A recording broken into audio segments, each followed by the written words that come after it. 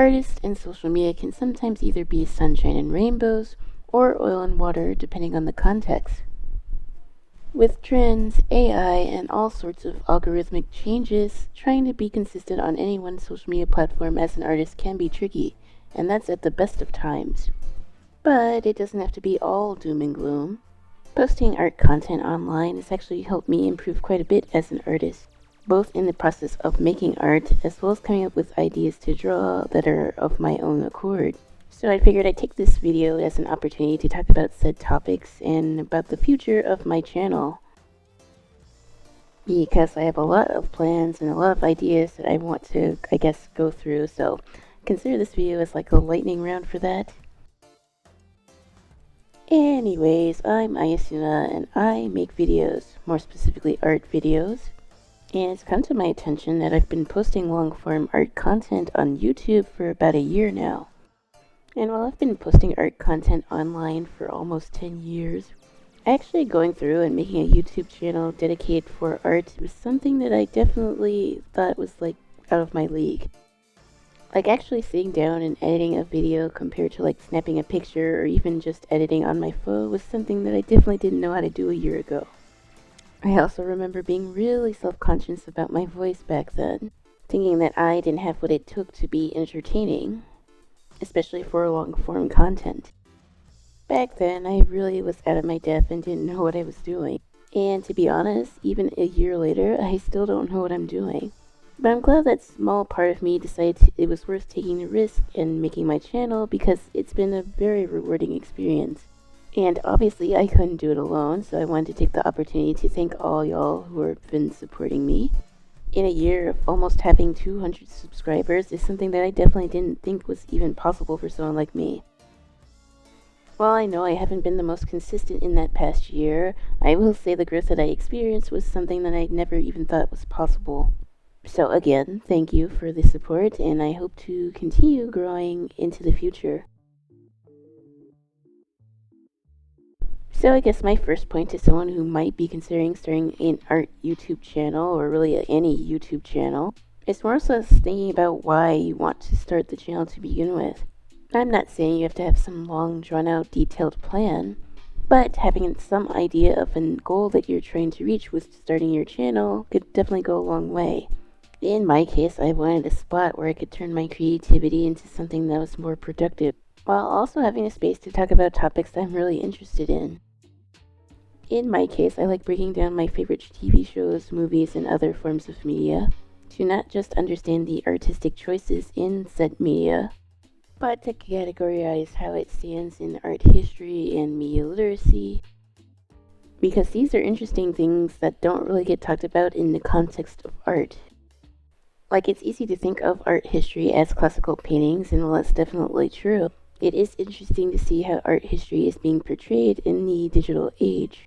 And while it can be hard to analyze history if you're currently living through it, learning these things have made me a better artist, and it helps me learn ideas that I can take to my own projects. For a lot of things, this channel is a way for me to experiment with different things, and in doing so, I feel like I have the permission to take certain risks in my own art. And while it definitely can be scary at first, I think it's definitely rewarding to step outside of your comfort zone. That's likely something you're going to have to do quite a lot if you're going to start your own art channel.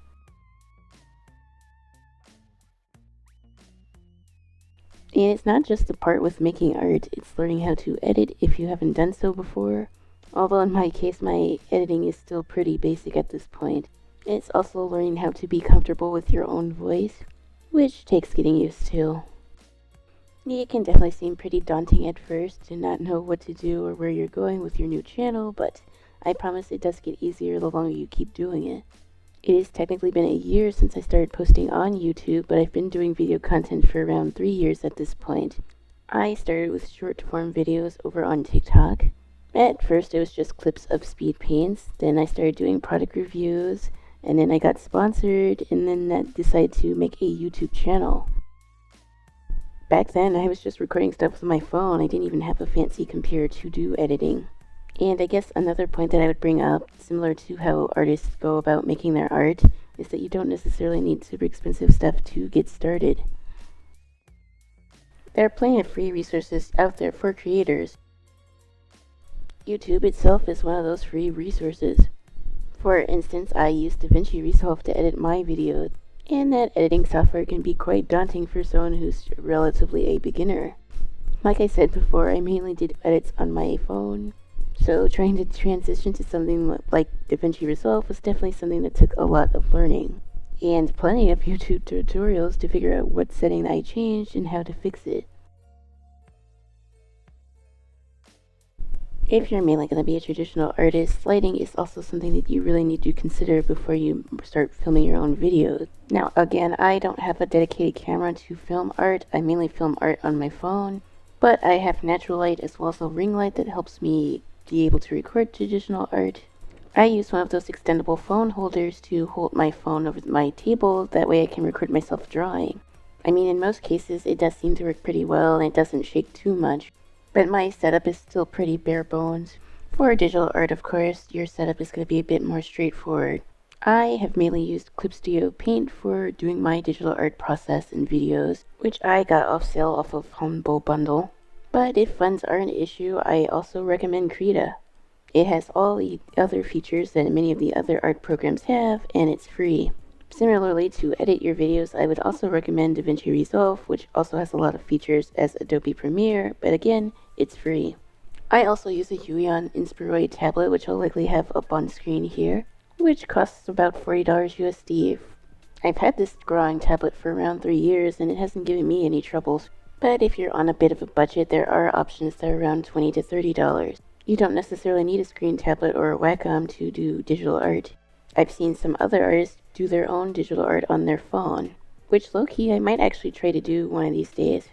I think another key thing that I want my channel to be about is to prove the point that art is accessible, and I want to do more challenges that have me push my creativity, whether that's having to use certain supplies, be under certain budget for supplies, or even using tools that aren't normally associated with art in order to create something. I tend to have a bit more fun with art when I feel like I'm challenging myself to do something different. In the near future, I really want to make a video where I use MS Paint to make an illustration, because prior to getting my graphics tablet, that's pretty much my only exposure to digital art. So if you're into content like that, then don't hesitate to like this video as well as subscribe. I want this channel to be a place where I both experiment with my art as well as educate myself on some of my favorite topics. And while yes, I do think it's important to study the fundamentals like I'm doing here, I truly don't believe that art is something that you're supposed to take super seriously. Otherwise, then what is really the joy in doing it? And I guess that leads to my next point in considering those who want to start their own art channel. Because obviously, whether it's digital art or traditional art, making art does take time. Coming up with new ideas to draw every day or every week is difficult even for some of the most creative people out there. So figuring out how to reuse or repurpose your content is something that will help you save time down the road. A lot of the footage that I have on my channel mainly comes from my streams. And on TikTok and YouTube, I mainly changed my channel to reflect that as I post clips from my streams and my other videos. I don't always have time to record something separate for videos if I want to talk about something or mention something. But if I have extra footage laying around, I'm definitely going to try to see if I can use it. In the same breath, even with all the preparation in the world, sometimes things just don't go right. Digital art is a little bit more forgiving. But errors happen, and sometimes you forget to save that project you were working 3 hours on. But I'm pretty sure most art software these days have an autosave feature in case that happens. I know both Krita and Clip Studio Paint have them. I'm pretty sure Photoshop does as well. If not though, make sure to save regularly. Traditional art can definitely be a bit more finicky though. There are a lot more opportunities for it to go wrong. Moral of the story is just don't overthink it and try to have fun with the process, even if it can be frustrating at times. And if needed, take breaks and take care of your health, both physical and mental. It can be easy to get sucked into editing or creating art, but you still need to take care of yourself. Something else that will help with the longevity and I guess long-term success of your channel is to engage. You might have to post things on multiple platforms in order to gain traction. And I don't necessarily think it's wise to start on one platform and stay on one platform. In my case, 10 to 20% of my viewership comes from Blue Sky and other social media platforms. I talked about it in my previous video, but being involved in certain fandoms can actually help you grow your own social media. I'm not saying you have to draw fan art all the time, but it is a good place to get started.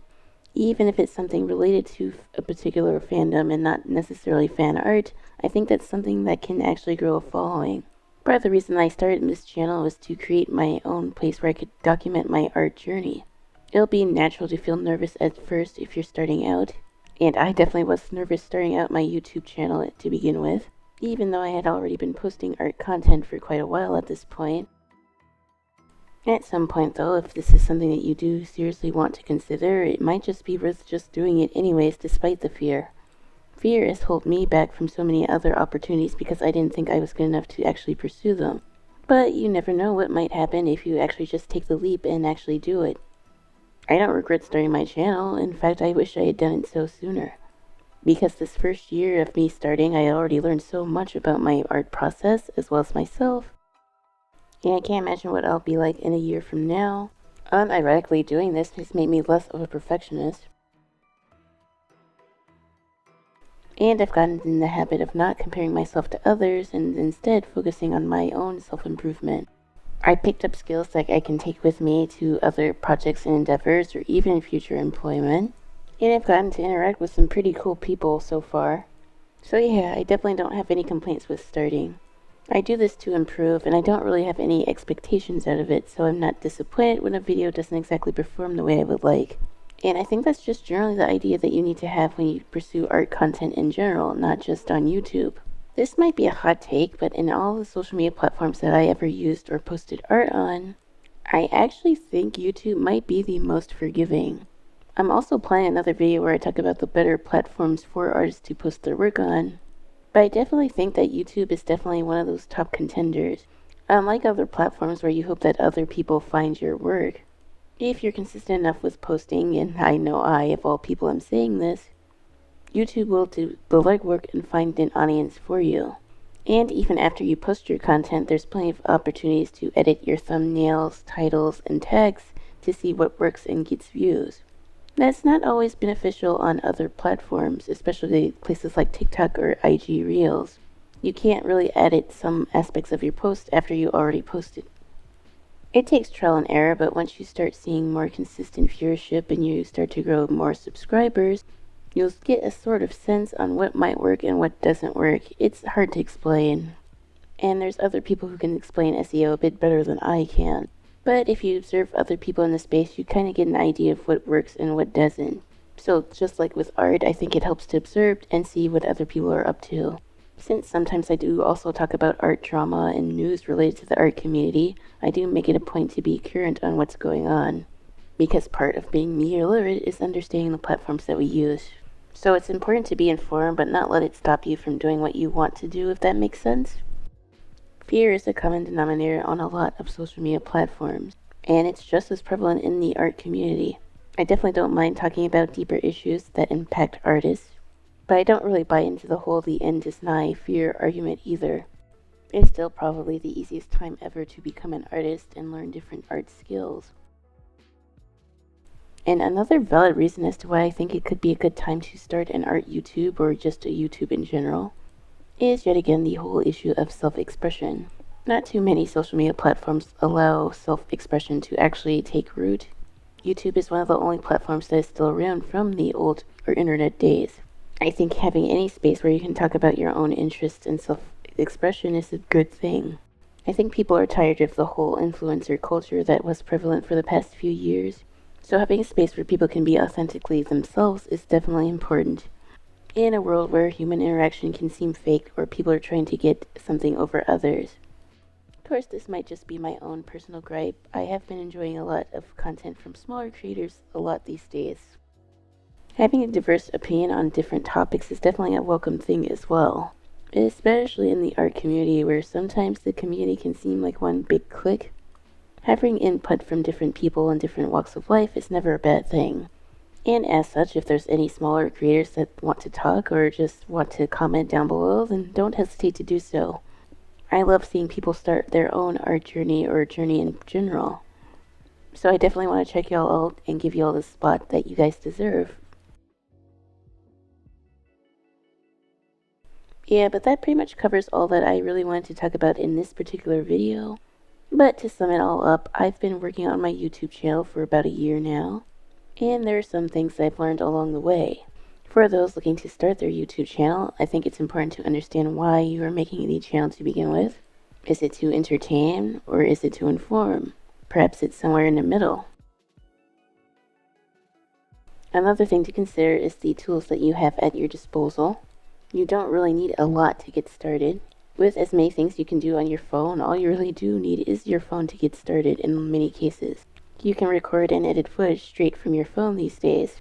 But along with the tools that you have at your disposal, it's also important to take use of any or all free resources that you have. For the digital aspect of that, there's plenty of software that's open source and free that you can use to make and edit your videos. YouTube itself is definitely a great way for those who are starting from scratch and don't have any experience doing these types of things. Another point to consider is try not to let perfect be the enemy of good. Things may not always work out, but if you have the idea to keep going, it's not such a bad thing. Even in cases where footage doesn't go as planned, it can still be used for content on your channel. Also, don't limit yourself to one social media platform. If you're consistent enough on other platforms, then you likely will get a following that will come over to YouTube. This can also include reaching out to other artists in your particular fandom or genre. It's definitely not a bad thing to reach out to artists who inspire you, because they may have pointers that can help you as well. And obviously, for the longevity of your channel, you do need to make sure you take care of yourself. Art is both mental and physical, and if both are suffering, then it will translate to your channel. But apart from that, that's pretty much all I want to say in this video. If anyone else has tips, then please let me know down in the comments. There probably is something that I missed when talking about this topic. And again, if you want me to make videos about specific platforms, then let me know again in the comments, and don't hesitate to like and subscribe. But yeah, happy first year of my channel, and I can't wait to see what happens in the next year or so. But until then, goodbye and take care. Peace.